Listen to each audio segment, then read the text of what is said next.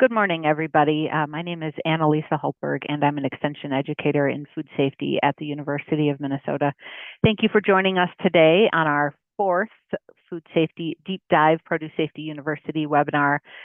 We will be talking all about agricultural water today and updates to the FSMA Produce Safety Rule. We have a great guest in Don Steckel here today. Before we get started, we are going to launch a poll, a quick poll, if you wouldn't mind answering that. And that will give us some information about who's on today. If you don't know, on the right-hand side of the questions, you'll see that gray bar that you can pull down to see all of the 5 questions.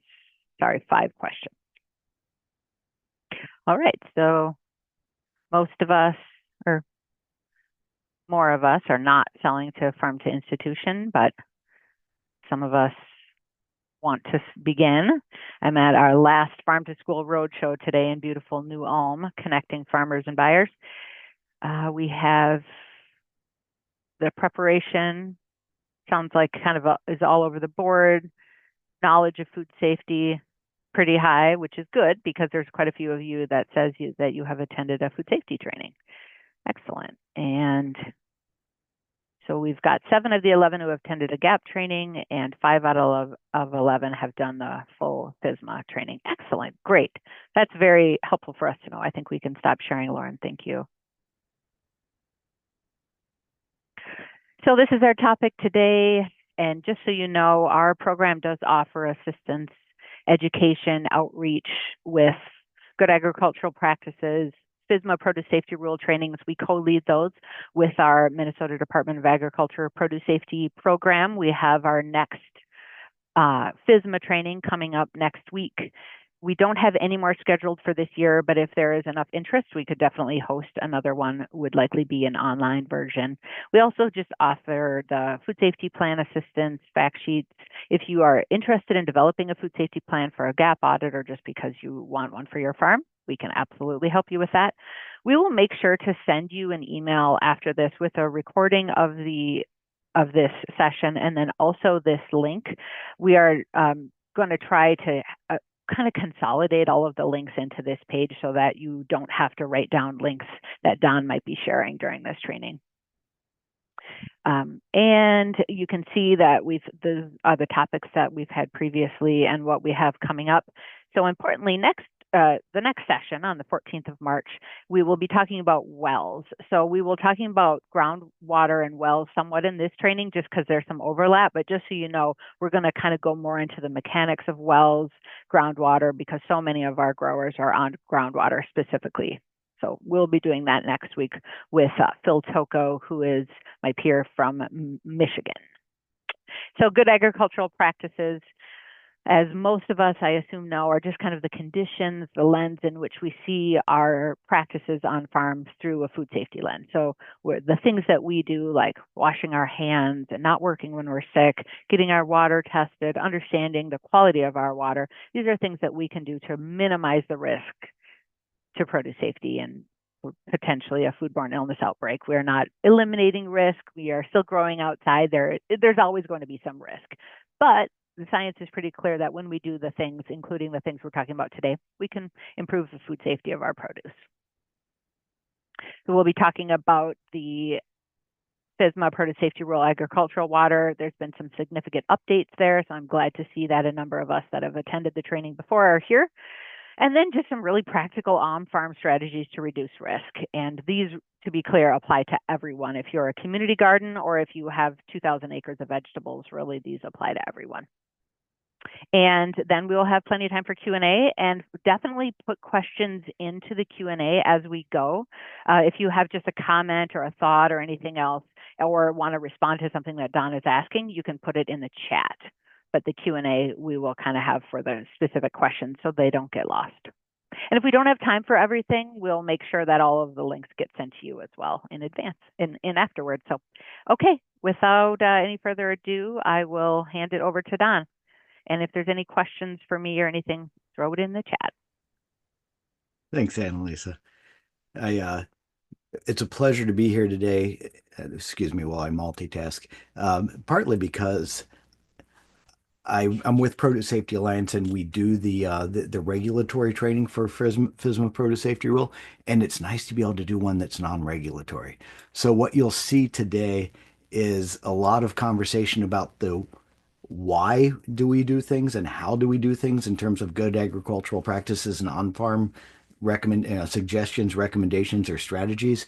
And then at the end, I'm going to talk about um, the details of the new FSMA water rule requirements and tell you where you can go to get a full 1 hour training on just that topic. But for today, because we have people from such varied backgrounds, we're going to try to talk about things and how they make sense and understand the why as much as anything else. Um, don't hesitate to interrupt. If you want to raise your hand, we can unmute you if there's something that's too hard to chat and you'd rather answer a question or ask a question live. We can have questions and conversation during the presentation, or we can do it after. There will be opportunities both ways, but we do have lots of time either both during the presentation and after that is allocated for questions. Again, questions should go in the Q&A, and I will ask you questions about what you do on your farms or what you think or what you see. Go ahead and put those responses in the chat so I can see them easily and just include you in the conversation today. We'll try to do this conversationally. I was happy to be invited. This is part of the Produce Safety University that Annalisa puts on every year, and it's great to be here. So, and Lisa already went through the agenda where we're identifying some problems, talking about what changed, talk about some concepts, and then strategies for water use decisions. And just to get everybody on the same page, we're talking about poop, and we'll talk a lot about poop because poop can make people sick. I think we all know that intuitively. Um, Things that you might not know are that the pathogen, the bacteria, poop is full of bacteria. And here's a scanning electron micrograph of a clump of poop, which is gross, with some of the fiber and some of the food, but you can see how many bacteria are in there. And the bacteria tend to be like 1 or 2 microns. And I put the scale for how many microns this might represent. So each one of these colored things is a bacterial cell. Not all of them are pathogens. In fact, most of them aren't pathogens unless this particular individual was sick. But the pathogens are, if there were pathogens there, they would be about this size. And I put this up here because I wanted to give you some scale. A human hair is about 100 microns. So I wanted to put a human hair on this slide to give you the dimensions, but it wouldn't fit because these things are so small that you can't see them.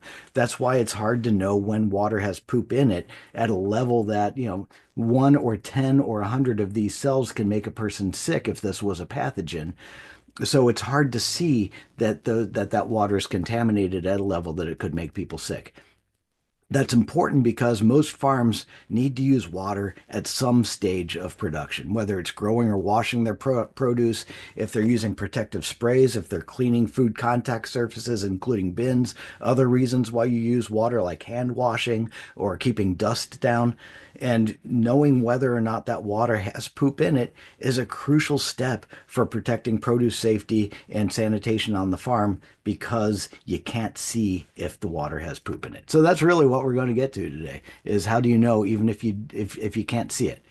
So how would you know? I'm just going to say that if your water is gross because that's easier than saying if it's not safe or of adequate sanitary quality for its intended use, which people who've been through the PSA course know that phrase well. So how would you know if your water isn't top quality? Somebody might tell you, you might see a big sign that says, hey, this water is contaminated by sewage. Usually that's going to be in a city or a town where there's a known problem with the waste distribution, or I'm sorry, the waste recovery system, where they know it's leaking, where they know they have a problem, and maybe they've got a routine monitoring program of that water. So they can put up a sign that says, watch out, this water is not of good quality. You might see an animal in the act of actually pooping in your water source. That would be gross.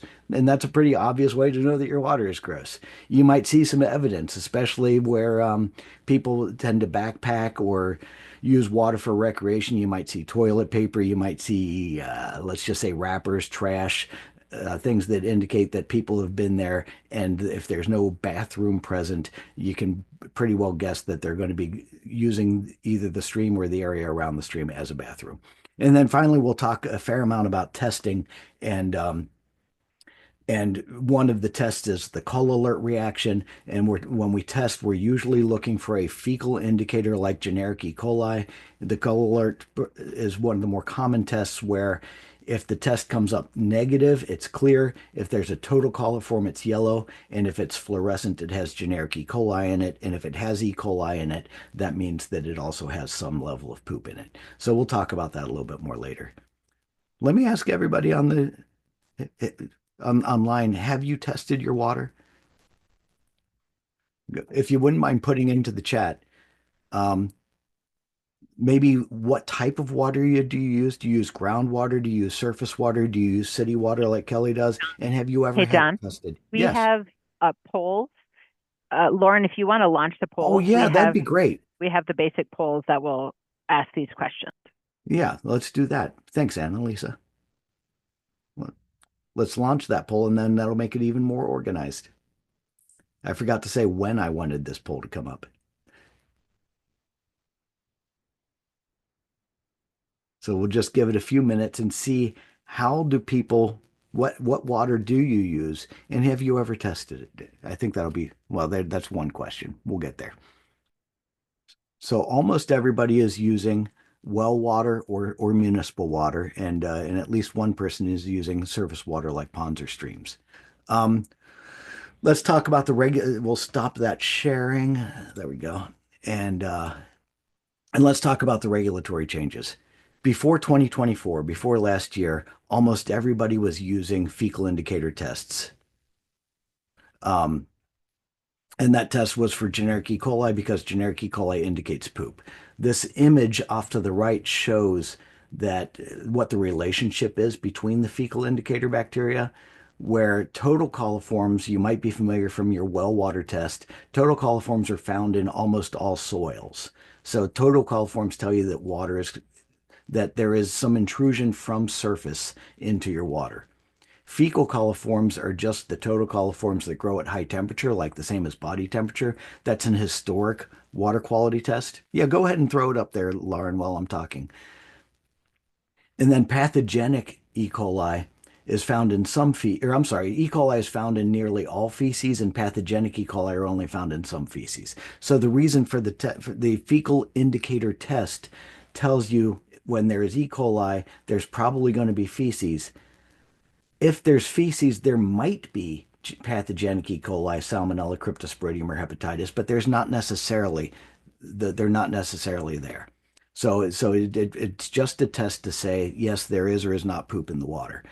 The standards for how much is acceptable, historically, we've used if it's swimmable, it's okay for irrigation. And that's where those numbers 126 on average and 410 as the maximum for E. coli for irrigation came from in the historic system that we have used.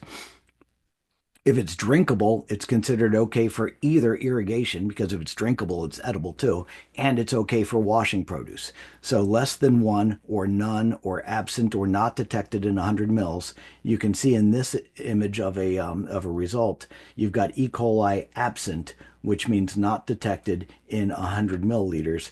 This MCL, I think, is millicent. Well, let's not even go there.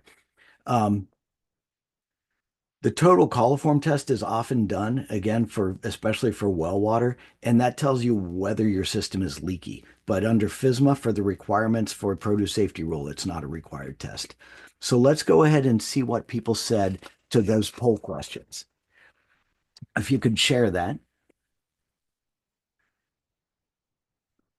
Oh, nice. I'm glad we threw rainwater on there. That two people are among those who were able to respond. Two people collect rainwater. About half used well water, and a couple used city water. Some of them test every year, and others have tested rarely, but about half of people have never tested. And then in terms of the produce safety rule, and do you have to follow the FSMA produce safety rule requirements? We do have 3 covered farms who are going to be paying close attention to the requirements. And then we've got 5 who are going to learn some things that will allow us to protect produce safety. Whether or not you have to follow those exact requirements or not, they're still going to be protective of produce safety. So I'm going to stop sharing. Thank you for responding to that. It's always nice to have some responses. I said that the regulatory system used to be heavily biased, heavily set up on generic E. coli and this swimmable or drinkable, meaning it's okay for irrigation or for washing water or both. So why was there a change? One of the reasons is that swimming is different from eating produce. The numbers 126 and 410 as the average and the maximum, they came from studies on drinking water where people are actually in the water and they accidentally drink a little bit of water when they dive or splash or whatever. And if they're actually drinking the water, you can have a pretty good correlation between the E. coli concentration and their likelihood of getting sick.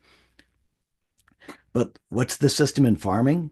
You're irrigating or putting sprays on, and then sometimes you sort and you wash and you pack and you transport and you send it to the retailer, and then it gets eaten. There's so many steps there that those numbers fall apart, and the E. coli test is not considered to be a good predictor of risk to the consumer from food. So that's why the numbers are suspect. People argue against the numbers and saying if it's above 126, it's not okay, but if it's below 126, it is okay. The concentration doesn't necessarily mean pathogens are there. Some pathogens, here's a picture of a protozoan. The inside thing is the living protozoan that can make you sick, but it's inside this shell called an oocyst that leads to protection. So why is that important? If you have a manure pile or if you have manure that has protozoans in it that gets mixed in with water accidentally, the protozoans can sometimes live longer than the E. coli. So the E. coli are going to die over time, but the protozoans, because they're in that resting stage, they're in an oocyst, kind of like a spore, those can stick around for quite a long time. And then the other thing is that the protozoans don't reproduce in the environment, but the E. coli can sometimes reproduce in the environment, especially sediments. So you can actually get a huge concentration of E. coli in some cases without the pathogen risk that goes along with it. So I'm not saying E. coli is worthless because I'll argue later that E. coli counts are really useful to understand the quality of your water. The point that we're making is that it's not the end all. So when we get into the requirements for water quality, we want to talk about two uses. The first use is pre-harvest, where you're spraying water or otherwise contacting the produce in the field during growing. Um, Irrigation, protective sprays, frost protection, other uses like dust abatement. In FSMA, the produce safety rule, testing is optional in that setting. There's a new thing called an agricultural water assessment where you're meant to understand the quality of the water without necessarily testing. But if you are already test, and I see that half of people already test, and if you're doing a third party food safety audit that requires testing, you still want to, I mean, you want to test for sure because you don't want to lose your audit certification. And it's always a good idea to test and have some idea what the quality of your water is. If you're using water in harvest and post-harvest, this is a picture that I borrowed from University of Minnesota. Thank you, Annalisa. Um, if you're washing produce, cleaning bins, washing hands, other uses of water harvest and post-harvest that contacts the produce or food contact services, the FSMA produce safety rule and audits both still require annual testing, and that standard is no detectable E. coli. So when we talk about expectations, just know that there's a difference in expectations between pre-harvest and post-harvest uses of the water, and I hope that's clear. What's the effect of the changes in the produce safety rule that came into play in 2024 on farms? Well, you've got market access. Those farms that are online who have to follow the FSMA are directly affected because April 7th is the first compliance date. A farm that sells more than $500,000 in produce on a 3-year rolling basis has to comply with produce safety rule requirements for pre-harvest water starting April 7th of 2025. Smaller farms get extra years. farms that do third-party audits, you'll see that the third-party audit a lot of times changes to be more like the FSMA requirements because the federal law effectively becomes the industry standard. So we're seeing the third-party audit requirements being revised and rewritten to match FSMA requirements. And then your buyer, whether or not they require audits or not, or will sometimes follow along and make their own requirements and decide whether they feel comfortable buying from you. If you are if they may want to see that you're following best industry practice as indicated by what's the federal law and what are the audit requirements, whether or not you're covered by the audits or the law, or if you choose to do the audit. So if I can just try to sell you on the idea that the new system does represent better practices. E. coli isn't a perfect indicator. It's still useful, but it's not perfect. We'll talk about what those new practices are. There are reasons for change, and those changes can make it easier, make you better. They may not be easier, but they may make us all better at managing risk. So those requirements are, if you're using pre-harvest water, like irrigation water, you're going to do an agricultural water systems inspection. That's been part of FSMA and good agricultural practices since the beginning. And then either you will need to do an agricultural water assessment, which is where you look around and try to identify risks to your agricultural water, or use water that you don't have to worry about the risks as much. There are exemptions from doing an agricultural water assessment if you're using drinking quality water like city water or tested well water, or if you're not contacting the produce with water, then you're excluded from doing the agricultural water assessment, because if water has pathogens in it, but it doesn't contact the produce, it doesn't actually land on the produce, it's less likely that the pathogens are actually going to get on the produce. So it's considered a lower risk use, and that would not require an ag water assessment. But by default, every farm that's covered by produce safety rule would have to do an agricultural water assessment unless it's drinking quality water or it does not contact the produce. So that agricultural water systems inspection includes things like backflow prevention devices, swing valves and check valves. Swing type and lift type check valves are two examples of protection against backflow. The drinking quality water, like municipal drinking water or tested well water, it's generally going to be a well that's in good repair, that you have confidence that the water, and you've tested the water to know that it's no detectable E. coli. And then non-contact methods for something like tomato, you might have drip irrigation that for many situations could be considered a non-contact way of using the water to grow the tomatoes without actually contacting the crop. That agricultural water systems inspection is done annually. It's the first step is to look at the water source, look for animals and trash in the water, and evaluate the possibility of poop coming into the water from off-farm uses as well as on-farm uses. You're going to evaluate the state of repair of the water system, and it really helps to see maps and cross connections. And I'll give you an example. That example is Taco John, and this affected mostly Iowa and Minnesota. But the Taco John outbreak, which was, God, 20 years ago, um, made a lot of people sick. Um, and after investigations for quite a few months, they found the same strain of E. coli that made people sick in Minnesota and Iowa at dairy farms near some iceberg lettuce fields in California. The regional water quality control council went out and issued a notice of violation because they found a connection between a dairy waste line and an irrigation line. And I think there was a flat valve there, but it wasn't enough to actually stop the dairy waste from getting into the irrigation line. And they concluded that the wastewater system, the dairy waste line, could allow mixed dairy waste and fresh water to enter the semi-tropic was the company, the water system district's supply system and egg supply wells.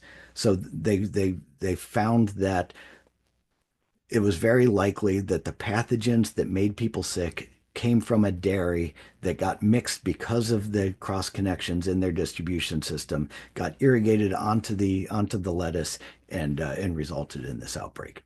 So that is the one of the explanations, some of the rationale for why to have a map to understand where your lines go. We don't all have professional plumbers running our water supply or waste collection lines. And so it's just nice to know where things are and where they came from.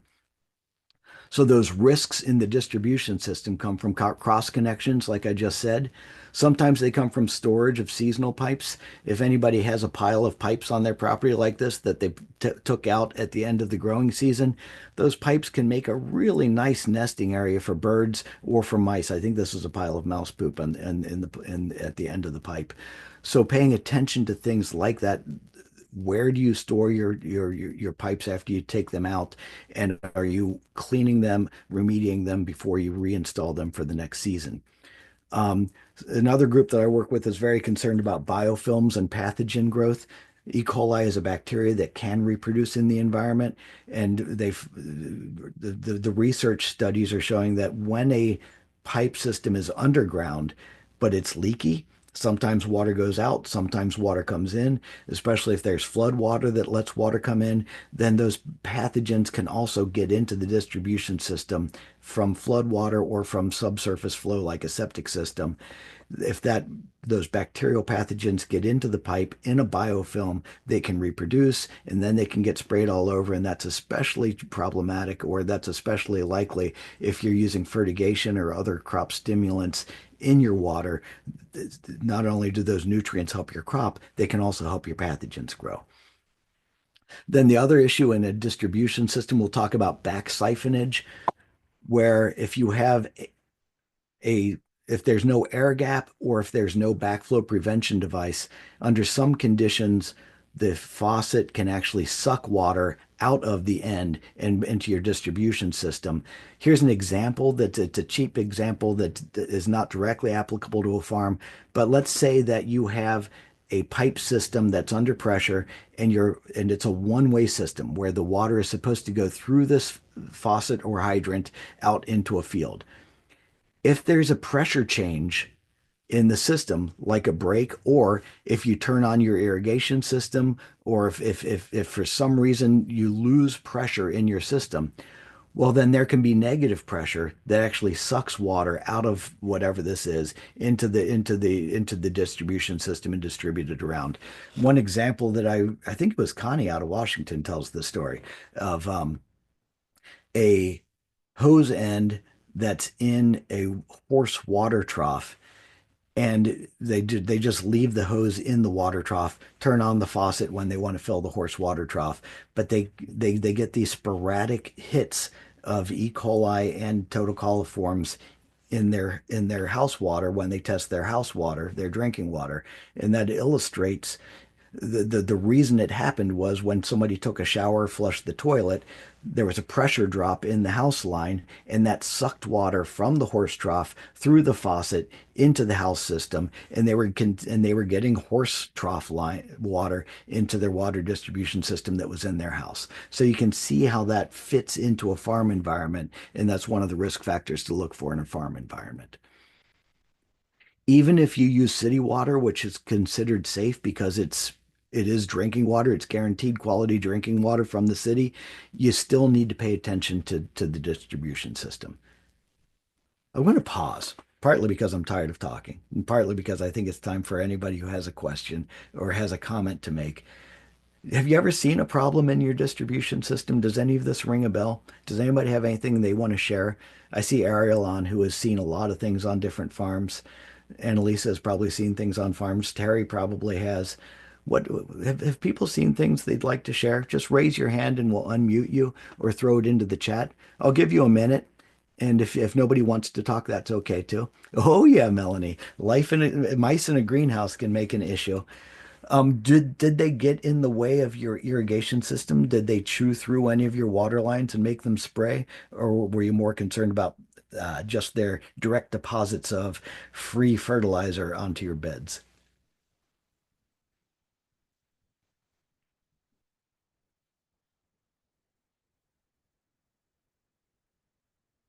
Sometimes we do see thirsty animals chewing, especially in drip lines. And then those drip lines, you remember that picture of the tomato, those drip lines that aren't supposed to contact the crop, they're supposed to just drip onto the roots. So they can spray up, and that can cause a risk to produce safety.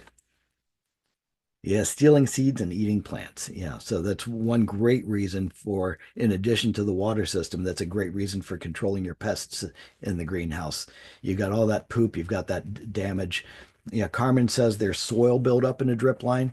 When the soil builds up in a drip line, that's one of the reasons a lot of people use a pre-filter on their drip line is to prevent that buildup. You can clog your drip ports, and that soil can be an area where bacteria can actually grow also in addition to just maintenance. The soil can become part of or a matrix for a biofilm, and that biofilm can protect the bacteria and give them the nutrients that they need to have to reproduce, and those bacterial pathogens, E. coli, salmonella, listeria, can then get distributed across your crop, especially a problem if it's a root crop. Thanks for those comments. I really appreciate it. I talked about the distribution system in city water here, so let's move to risks to well water quality. This is just an image to illustrate because a lot of people have a wellhead like what we saw earlier, and we don't always think about, well, what happens underground? The wellhead is connected to a pipe that goes into the groundwater. This is your bearing layer. And what could possibly happen? The issues in this image are that the groundwater itself could get contaminated if there's an abandoned well, if there's a broken, if there's a faulty septic tank or a drain field issue, or if there's animal waste, and especially rainfall can carry that animal waste down. If it's a protected aquifer, there's going to be an impervious layer that's going to stop that waste from trickling down. And that's one of the reasons why groundwater is usually considered great. But it's good to know what the groundwater, or I'm sorry, what the subsurface geology is, because you want to know if there's a rock layer between the surface and the actual bearing layer, because that can stop a lot of your problems. The animal waste and the drain field issues wouldn't go down. It wouldn't help you in the case of an abandoned unplugged well, and it wouldn't help you if there's a broken casing on your well, but it would help you from these other issues. Other issues that aren't illustrated in this picture are if you have animals around the wellhead, you see this white barrier on the outside. That's supposed to be the casing, but there's also a borehole, and sometimes water can flow on the outside of the borehole down through the impervious layer and into your groundwater and get in. So if you have animals on the outside near the surface, near your wellhead, you could have fecal contamination going down actually outside. That's one of the reasons why there's usually annular grout around the outside of a well. And that's also a reason why you want a raised wellhead, and you want the slope of the land around the wellhead to go away from the well so you don't have pooling water that could allow water to go down the outside of the casing, and also a sanitary seal on top. The next webinar, Phil's webinar in 2 weeks in March, is going to talk more about this, about maintenance. But I just wanted to illustrate for you on this image what some of the concerns are and how to address those concerns. There may, if you have access to this abandoned or unplugged well, you could plug it. If you have access to and the data to tell you whether you have an impervious rock layer, that can make you feel better about animal waste and your drain field issues. You can also make sure that your drain field is not located next to the well, because you don't want the water from the drain field being washed into this space and then going down into the groundwater and then into your drinking water. Um, what other things do you see in this picture that might be relevant? You have the ability to fix your seal on top of the well. You have the ability to grade and make sure that you don't have animals and feces close by the well. Do you see anything else? I don't, so I'm happy to move on. But other people often see things that even when they are a surprise to me, they're valuable to everybody. So feel free to type it in. Maintaining that septic system. You don't want the septic tank you don't want your settling tank to overflow. And if your water is surfacing, especially in that drain field, then that can be a hazard both to your groundwater and to local surface waters. We'll talk about captured rainwater. I found this nice plot, which is a little bit a little bit detailed, but and I won't go through each one of these things, but throw into the chat for me. What do you see if you have rain coming down, hitting the roof, being collected in the gutter? It goes down into this collection, this collector. Number five is a first flush diverter. So the first flush off the roof gets discarded, and then after the first flush is discarded, then the rest of it goes into this tank where it's held, and then this is an overflow, a waste overflow in case it overfills, and then here's the pump that pumps the water out. What risks do you see there? What could possibly go wrong with the quality of that water?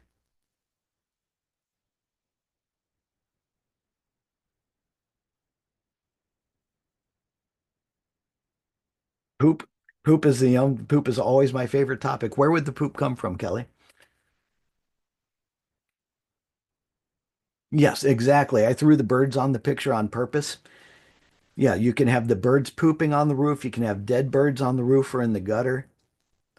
Water can build up algae, and where there's algae, a lot of times you have a biofilm which would allow any pathogens that are in the poop, especially bacterial pathogens, to reproduce. So you have this amplification there. I gave plenty of hints in this labeled parts of the system too. And I'll just point one out, which is the screens.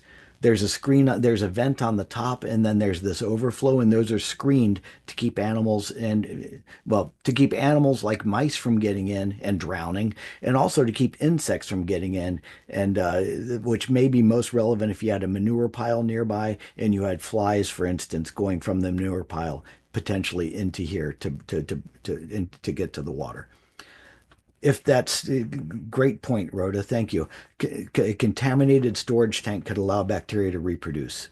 So having a maintenance program or the ability to maintain this storage tank so that over time you don't have biofilms builds up, algae build up, and the potential for bacteria to regrow and amplify.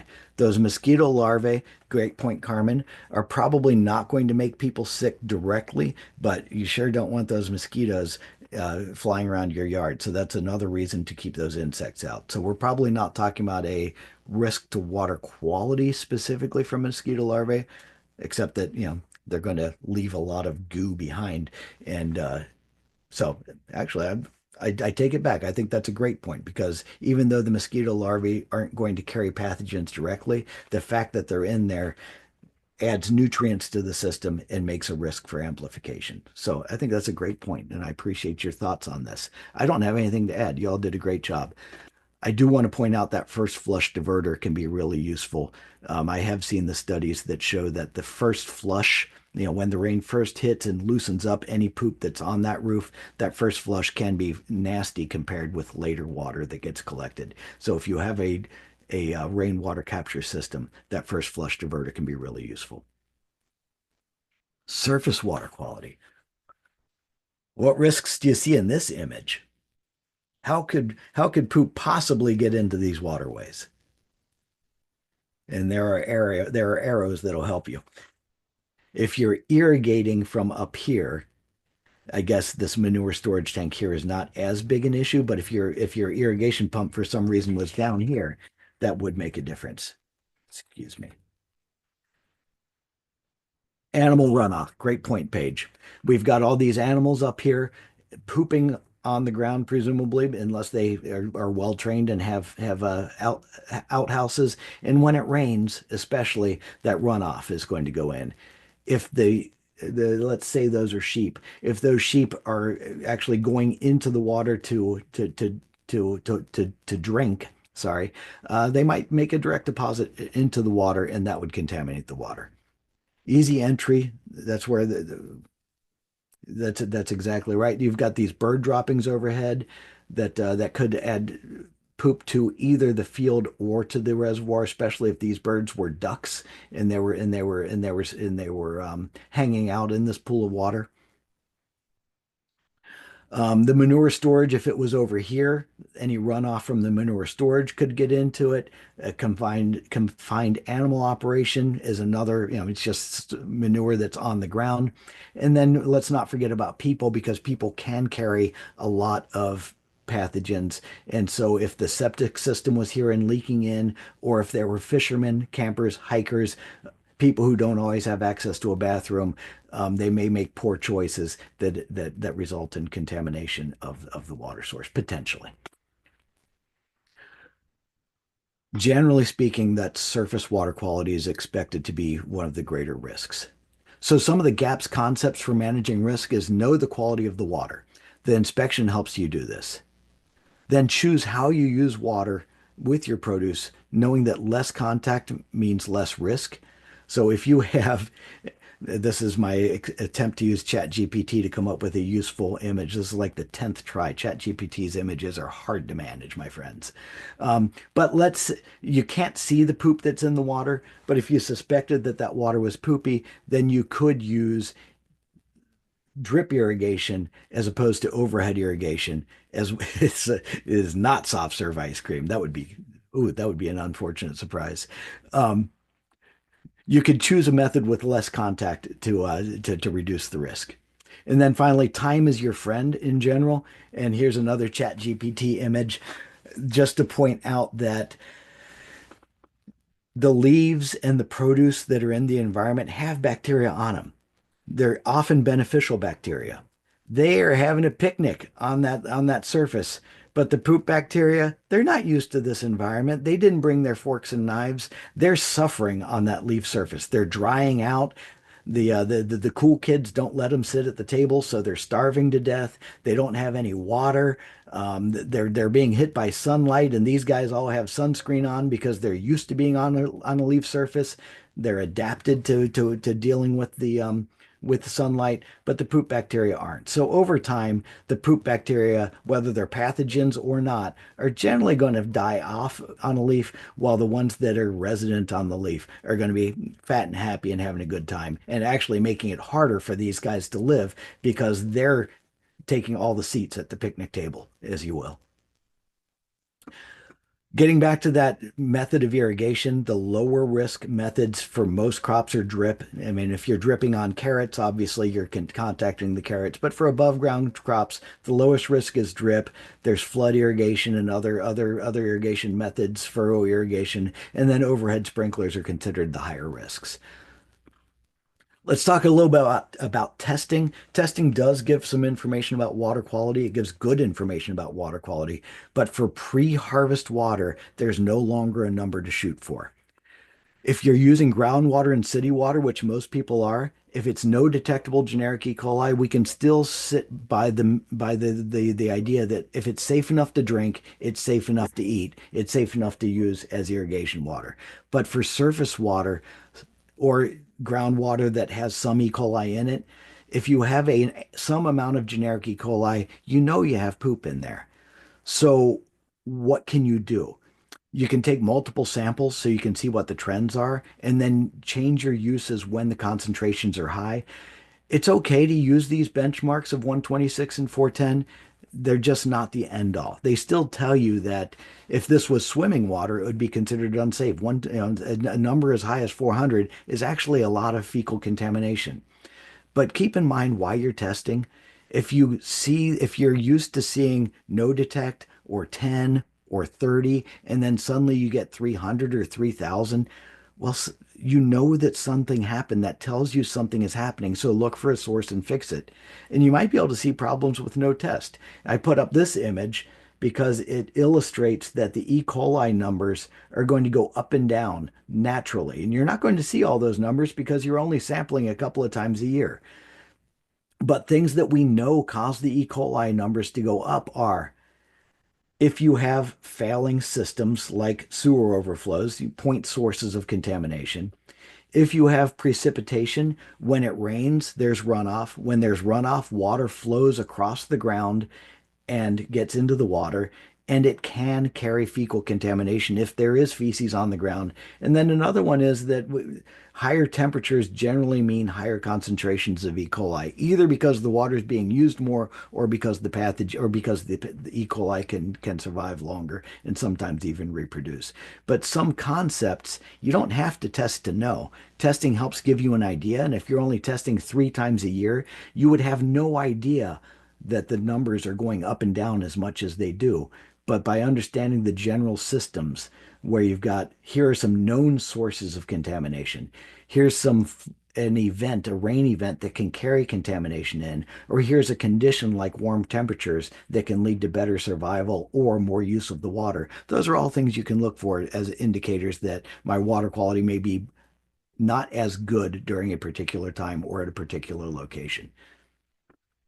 If you do sample, and I encourage you to sample, you're going to follow laboratory instructions. Most important being use a sterile bottle. This is a bottle that came from the laboratory. It has no bacteria in it at all, so you don't want to dip into it.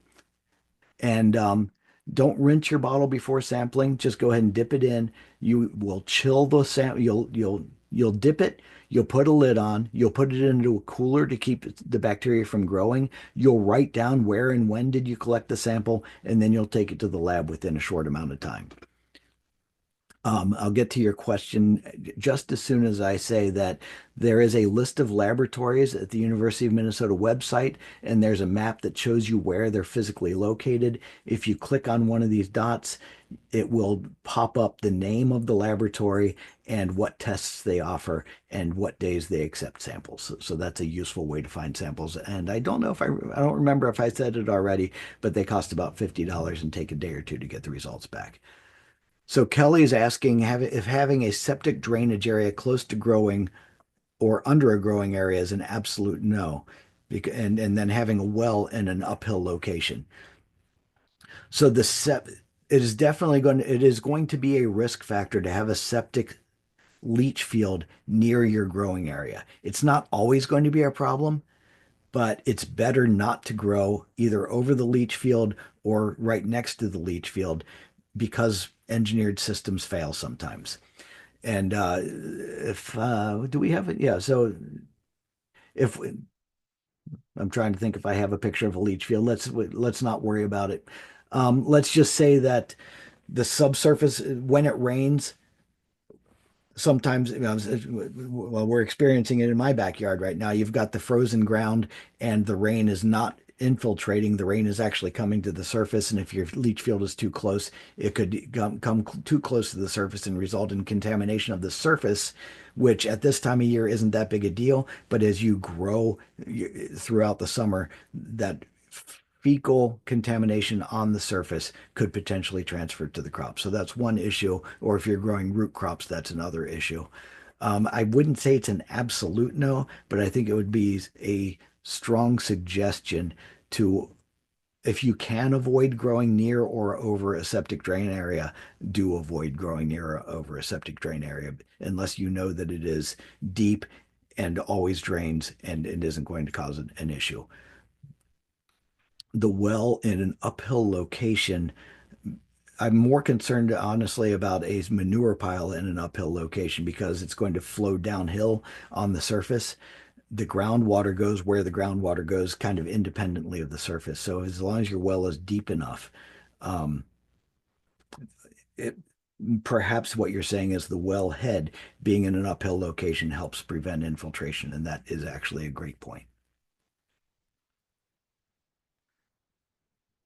So we talked about the sources of water and some ways that water could be contaminated and some ways to protect it from being contaminated.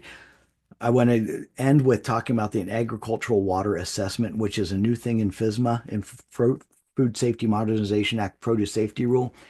It's similar to a sanitary survey. If anybody is in recreational water quality, EPA calls them sanitary surveys.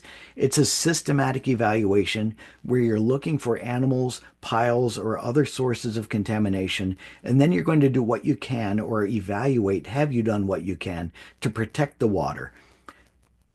If you can protect the water with berms with fences to keep animals out, with windbreaks for the dust, then you're in better shape in being confident that the water in a surface water source or even a groundwater source isn't being contaminated. If you can't protect the water from all sources of contamination, then you can choose to change how you use the water. And that goes back to our good agricultural practices of protect your water, use it in a way that doesn't contact, and then leave more time for die off. So some strategies based on that are to add layers of protection on top of your source water protection. Drip irrigation, normally a lower contact option for most crops. It also helps you with water use efficiency. You're not using as much water. You can also have some pest control because less water on the leaves also means less mildew, less molds, less other pathogen, fungal pathogens especially. But consider the time, the money, and the amount of plastic in this disposable option for especially for drip irrigation. Treating the water, if the water has pathogens in it, treating it with chemicals, filtration, ultraviolet, ozone can be an effective way to remove that.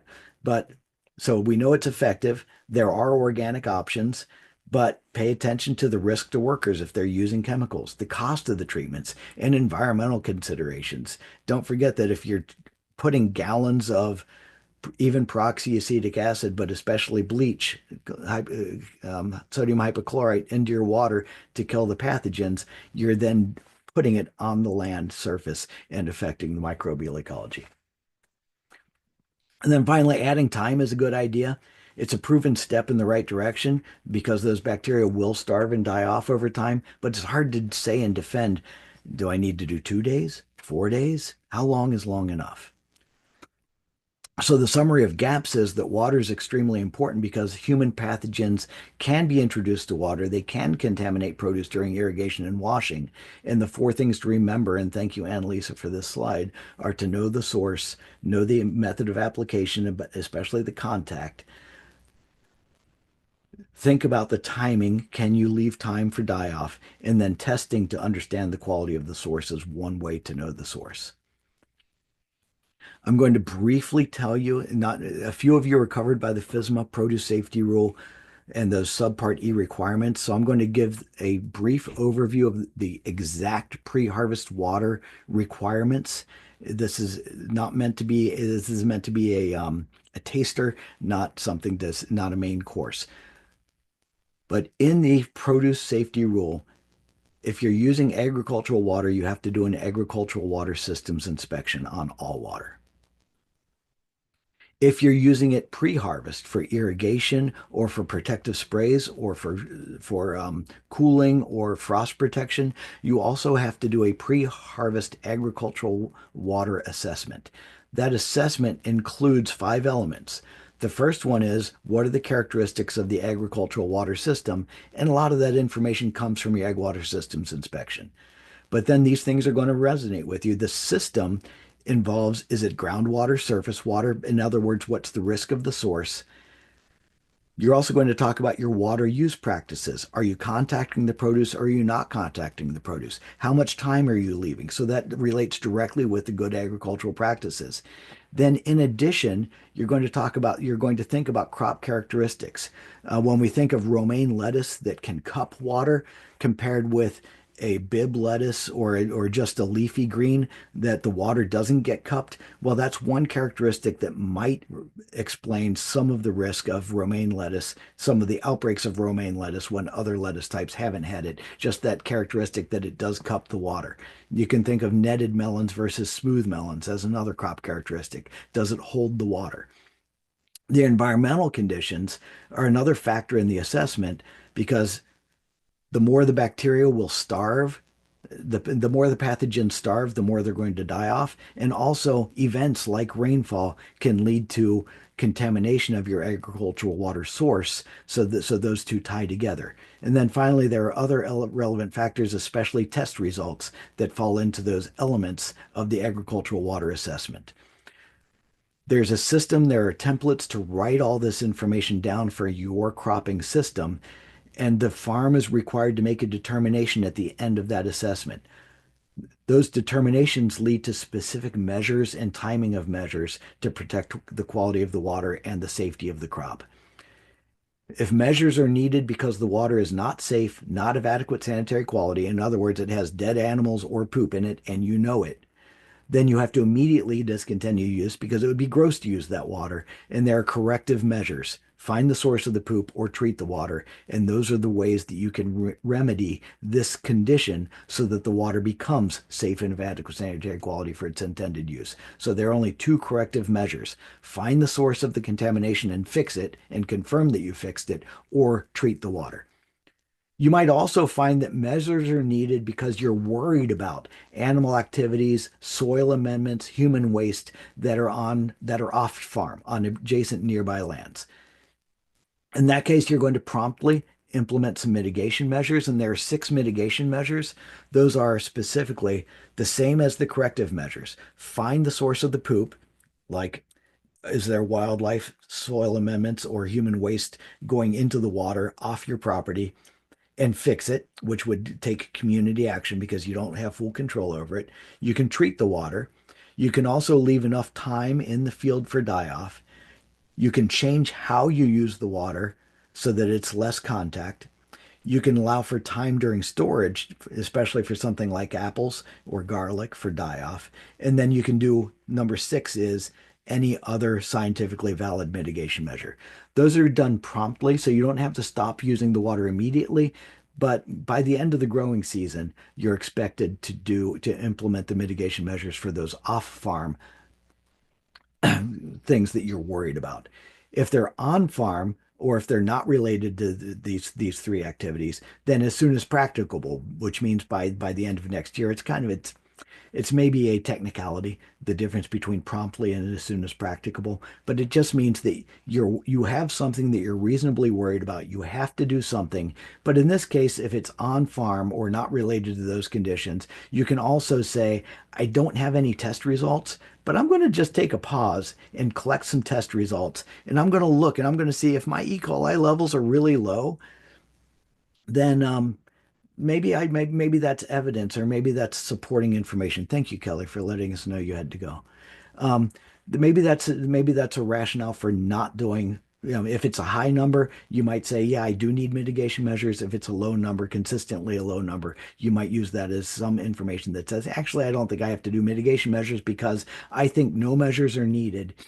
And if your no measures are needed, then you document your decision to use the water and reassess. That was again, a brief overview of the agricultural water requirements for pre-harvest water in FSMA. For post-harvest water, just a reminder, you do have to test and it has to be no detectable E. coli per 100 mils. Especially for the covered farms and those who have already had a Produce Safety Alliance grower training course, if you haven't taken this course, it is a valuable course. It takes a full day. It covers all of the topics. And if you already took the course, but you had the old version, which had the microbial water quality profile 126 and 410, we have posted a refresher video for module 5.1. It doesn't cost anything. A certificate of completion is offered to you for viewing it that will demonstrate that you can use to say, I've been trained on the new requirements for pre-harvest agricultural water. It takes about an hour, includes all these details, and here's a link to get to it. As you go in there, you'll be asked a few questions before viewing. And Lisa asked and prompted in the chat that if you're using testing as an other relevant factor or adding testing here to say, I think my water quality is actually okay. One of the benchmarks is that old system, that 126 or 410. If all of your values are less than about 100, every standard that I know of does not have a value higher than 73 CFU per 100 mils for surface water used on irrigating crops or for swimming water. So all the standards that are out there generally say if it's less than about 100, almost all the, if your average or if every sample is less than about 100, then you can use that as saying, yeah, I was right. There is fecal contamination in there, but I don't think it's a lot of fecal contamination. If you have some spikes, if you have some really high values that maybe go up to 150, 200, 300, as long as it's less than about 500 and it doesn't happen very often, like less than 1 in 10 samples, then you can use that as more defense. That's equivalent to the microbial water quality profile standard threshold value of statistical threshold value, excuse me, of 410. So you can still use those 100 and 500 as kind of benchmarks, but they're not hard and fast numbers anymore. So that gives you a guideline. If you're getting 5 E. coli consistently in every sample, then most people are not going to argue with you if you say, I actually feel like no measures are needed because I have evidence, I have data that says there's not much E. coli in there. So I wanted to maybe give you a chance to share. I think we've got 10 minutes left. What are the biggest risks to your water quality? Talk about how you can reduce risk and how can I mean, this is kind of a marathon. How can we finish this marathon and deliver fresh, wholesome, high quality fruits and vegetables to our consumers? And if we're in it if we're in it as a business, how do we stay viable and make money and survive while doing it, make it a good business? And if we're doing it to provide food and only to provide food, well, let's do it in a safe way so that people stay healthy by eating good produce, not worrying about the produce and including good, healthy, fresh fruits and vegetables in their diet. So that's my pitch. And I don't have anything else in particular to share other than I would love to have questions in the chat, or if you want to raise your hands, or if there are questions in the Q&A, we can go through those.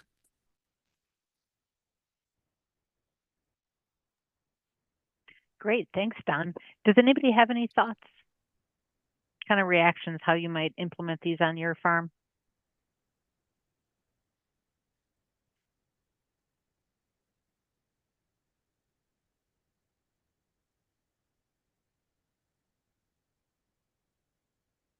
We should have shipped coffee around to everybody, door dashed a cup of coffee and maybe some bagels to everybody. One thing I know that's come up is people are wondering a little bit if I am covered by the rule and I will have to conduct agriculture water assessment. What what does it look like? Is it a piece of paper? Can you just give kind of a description of what it is logistically? Yeah, and I'm going to bring up the resource that we just completed because I think that might help. We have a fact sheet that says records required by FSMA Produce Safety Rule. It's at the Produce Safety Alliance, and that particular record goes through the agricultural water systems inspection while you're saying, okay, here's my description of my system. Here are the hazards that I see, and here's how my water is protected from those hazards.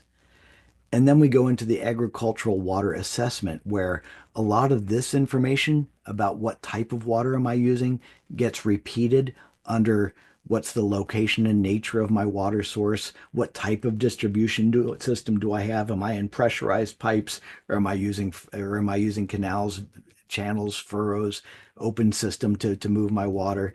And then that really important part, what's the degree of protection from on farm and off farm, from ducks from Canada geese that want to land in my pond, from the septic system that might be leaching through the sand into my 30-foot deep well. Things like that you're going to look for and evaluate. Yes, I have a septic system, but how far away is it? Do I have an impervious layer between the surface and my well water that can help me be confident that I'm protecting it? I'm going to make this a little bit bigger so people can read it easier. So the first page of this is the agricultural water system and describing the system and how that description then leads to, well, how does that make it risky or not risky? Then the second part is, how do I use the water? Contact and time. What crop characteristics are relevant? What environmental conditions are relevant? Do I know that I have hard rains that make it harder to protect the quality of my pond because I have a pasture nearby? And then those test results. And at the end of after writing down these characteristics, then you make that determination. Ideally, that I have looked at my conditions, I've seen what my hazards are, I know that I'm well protected or that my use of it doesn't require a very, the most stringent controls, and no reasonably foreseeable hazards are there and limit the use of the water. Otherwise, you can say, well, it's not safe and of adequate sanitary quality, or I need mitigation measures. And you can go down and write down what measures did you apply in order to make it safer. Don, And one Julie, question in the chat is yeah, asking where this template can be found. yeah. And let me just go back and tell you that at the Produce Safety Alliance website under resources, it is found under, I'm sorry, it's found under record keeping. That was the records required. And then there are a whole bunch of other resources underwater. And this is actually where that video presentation is found also. So we'll put that on the Google Doc. Annalisa just wrote that in the chat. There's also a question about bubblers. Did you see that Yeah. one, Don? Yeah, and I may need some help on this. Annalisa and Ariel might be able to help me with their with the system that's being described.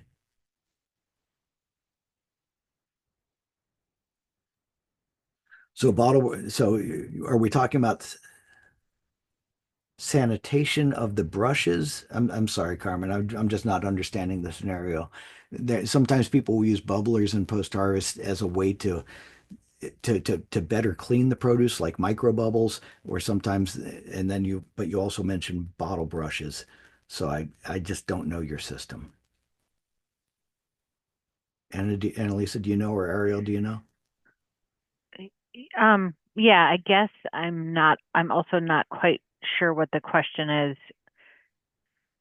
Uh, if the question is how to safely use bubblers, um, they would be, in a piece of equipment it's kind of like a spa, a jacuzzi for your stock tank of water or your different type of tank, and it just sends these little bubbles up to agitate gently your greens so that they're cleaned more effectively. And so it's a piece of equipment that needs to be cleaned within the tank because it's submerged in water. Biofilms will build up. Um, so people with bubblers need to remove them and clean them. And you were saying that's a location for biofilm buildup. Yeah, they absolutely can be if they're just kind of left down there. Sometimes people think of them as part of the stock tank, and so they kind of don't take them off. But you do need to take them off. And the motor is kind of sitting on the edge of the lip of the tank, and it's best if that can be removed to be cleaned as well. And if we can promote Carmen, I'm trying to find E her. yeah, I'm here. Carmen, you should Oh, there be we go. able to chat or to speak now. You just got to unmute. Yeah, hi everyone. Yeah, that's my main concern. I've actually visited a couple of farms just recently, not so much in my state, but outside of Illinois. And I'm finding that they don't change the the water and it's coming off well water. Bubblers are normally used in that particular area of the country for leafy greens, spinaches, sometimes some root vegetables. The bottle brushers are actually designed for root vegetables, and this particular one that I saw was 58 years old. Oh my gosh. Still workable, and I was really surprised in terms of the maintenance that was done, but also as a well-trained person by both of you, I started looking at the construction where these bacteria tend and the biofilm tends to build up. Some of them mostly made out of the bubbler tanks can be made out of anything, and a lot of homemade systems I've seen that are effective, but they don't have quick drainage situations. So they will do several crops on top of one another, which in terms of it lends the opportunity for different types of pathogens to develop. And in the bottle brushers, because they're mostly made of, well, this one was made of wood and a steel, there's a lot of rust building up along the well lines of it, and it's not, I mean, it's like it's rust, it's caked on, and that's not really good for root vegetables. So I'm trying to think of how do you tell someone or what the thoughts are in terms of the rules when it comes to those types of equipment. Mhm.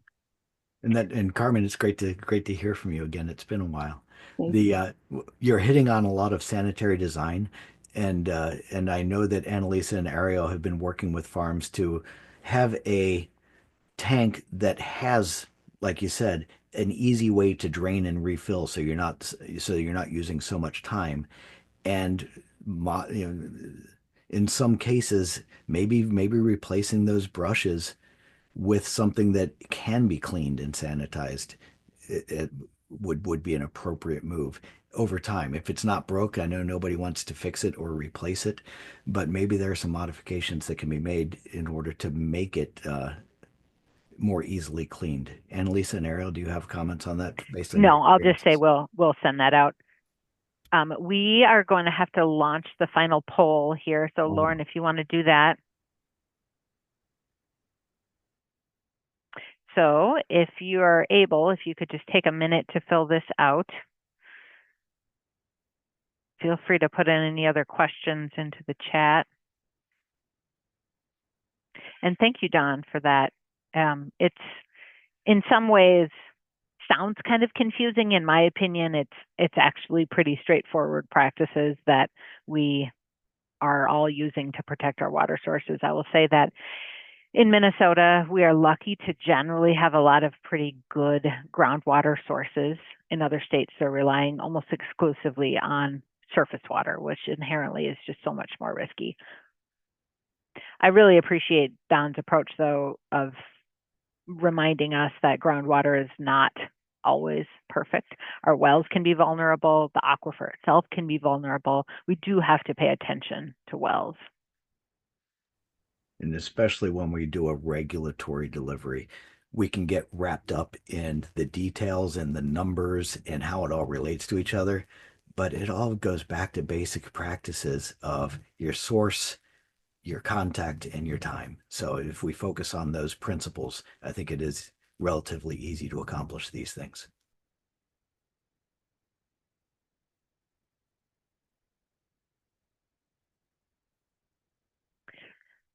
Well, if you are a grower in Minnesota who will be having a FSMA Produce Safety Rule inspection this year and would like some assistance kind of preparing for the water portion, I know that some of our MDA staff are on, and I know that this first year the water portion will be sort of educational. It's no one's out there to be gotcha at all. It really is, hey, you know, these water rules have changed. This ag water assessment requires more thinking, frankly, than just taking a water sample. So it is more on the grower, I will say. And so I think it's important to just remember that no one is going to be gotcha, you're going out of business because you didn't fill out this form right. It's not like that at all. But if you have questions, we are here to answer that. And those are our results. So I'm going to go ahead and end for us now. And thank you all for your time. Thank you, Don, for your time. And we are here to help. And we will send an email with the recording and links soon. Thank you all. Thanks, everyone.